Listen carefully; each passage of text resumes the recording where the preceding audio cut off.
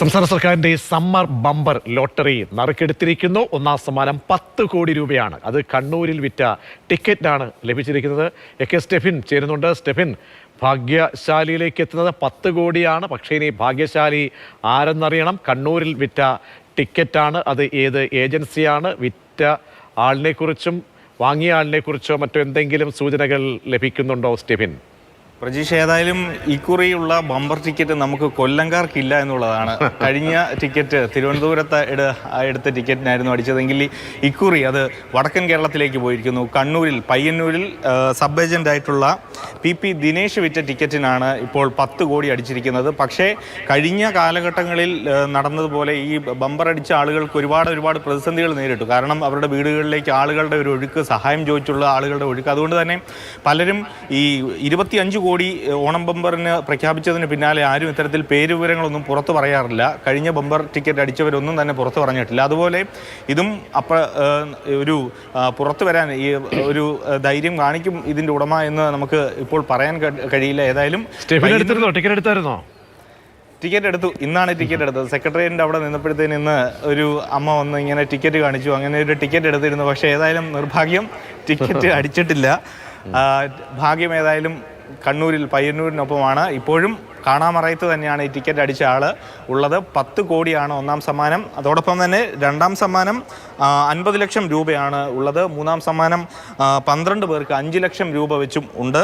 ഇപ്പോഴും ആർക്കാണ് ടിക്കറ്റ് അടിച്ചത് എന്നത് സംബന്ധിച്ച് വ്യക്തമായ ഒരു ധാരണ ഇവിടെ നമുക്ക് വന്നിട്ടില്ല. ആ ആൾ ഇപ്പോഴും കാണാമറയത്ത് തന്നെയാണ്. പയ്യന്നൂരിൽ ഉള്ള ലോട്ടറി ഏജൻറ്റ് പി ദിനേശ് വിറ്റ ടിക്കറ്റിനാണ് ഒന്നാം സമ്മാനം അടിച്ചിരിക്കുന്നത്. ഒന്ന് മനസ്സിലാക്കുന്ന അനുസരിച്ച് ഒരുപക്ഷെ ആ സമീപത്ത് തന്നെ ഉള്ളവർ ആയിരിക്കാം എന്നുള്ളത് തന്നെയാണ്. അല്ലെങ്കിൽ ആ വടക്കൻ ജില്ലകളിൽ തന്നെ ഉള്ളവർക്കായിരിക്കാം ഒരുപക്ഷെ ടിക്കറ്റ് അടിച്ചത് എന്നുള്ളതാണ്. അതൊക്കെ ഇനി വരും ദിവസങ്ങളിൽ ഏതായാലും ആ വിവരങ്ങളൊക്കെ പുറത്തു വരും. സ്റ്റെഫിനി, സാധാരണ ഈ അടുത്ത കാലത്തായിട്ട് നമ്മളിങ്ങനെ ഈ ടിക്കറ്റിൻ്റെ ഈ സമ്മാനം പ്രഖ്യാപിച്ച് കഴിയുമ്പോൾ ഒരു പ്രത്യേകത എന്ന് പറഞ്ഞാൽ ഇതാരും അങ്ങോട്ട് പുറത്ത് പറയുന്നില്ല. കാരണം കഴിഞ്ഞ എനിക്കൊന്ന് ഓണം ബമ്പറിൻ്റെ സമയത്താണെന്ന് തോന്നുന്നു, അതോ ക്രിസ്മസ് ബമ്പറിൻ്റെ ആണെന്ന് തോന്നുന്നു. ആ സമയത്ത് ഞാനൊരു ലൈവിൽ, അതായത് പണ്ട് ടിക്കറ്റ് അടിച്ച ഒരാളെ ലൈവിലിരുന്ന സമയത്ത് പുള്ളി എന്താ പറയുക, ഭയങ്കര ശല്യം, അനുഭവിക്കുന്ന ശല്യം. പിന്നെ അതിനുശേഷം ഈ ഓട്ടോ ഡ്രൈവർക്ക് കഴിഞ്ഞ വർഷം ട്രിവാൻഡ്രത്ത് അടിച്ച അദ്ദേഹം തന്നെ പറയുന്നത് വെച്ചാൽ ഭയങ്കര ശല്യം. പുറത്തെറിഞ്ഞു കഴിഞ്ഞാൽ അതെന്തായിരിക്കും അങ്ങനെ ഒരു പ്രവണത വരുന്നത്? ഇപ്പോൾ അടുത്ത കാലത്ത് ആരും പുറത്തേക്ക് പറയുന്നില്ല. സ്ഥലം മാത്രം നമുക്കറിയാം, അല്ലെങ്കിൽ ഒരു സ്റ്റേറ്റ് മാത്രം നമുക്കറിയാം. അതെ, അങ്ങനെയാണ് നിൽക്കുന്നത്. കാരണം 25 കോടിയായി ഓണം ബമ്പറിന് അതിൻ്റെ ടിക്കറ്റിൻ്റെ സമ്മാനത്തുക പ്രഖ്യാപിച്ചതിന് പിന്നാലെ നമ്മുടെ തിരുവനന്തപുരം സ്വദേശിയായിട്ടുള്ള ഓട്ടോ ഡ്രൈവർക്ക് ലോട്ടറി അടിച്ചിരുന്നു. അദ്ദേഹം വളരെ ആഹ്ലാദത്തിൽ ആ വിവരം പരസ്യപ്പെടുത്തി. 25 കോടി അടിച്ചു. അതിനുശേഷം അയാൾക്ക് വീട്ടിൽ പോലും കയറാൻ പറ്റാത്ത സ്ഥിതിയായിരുന്നു. അതൊക്കെ നമ്മൾ കണ്ടതാണ്.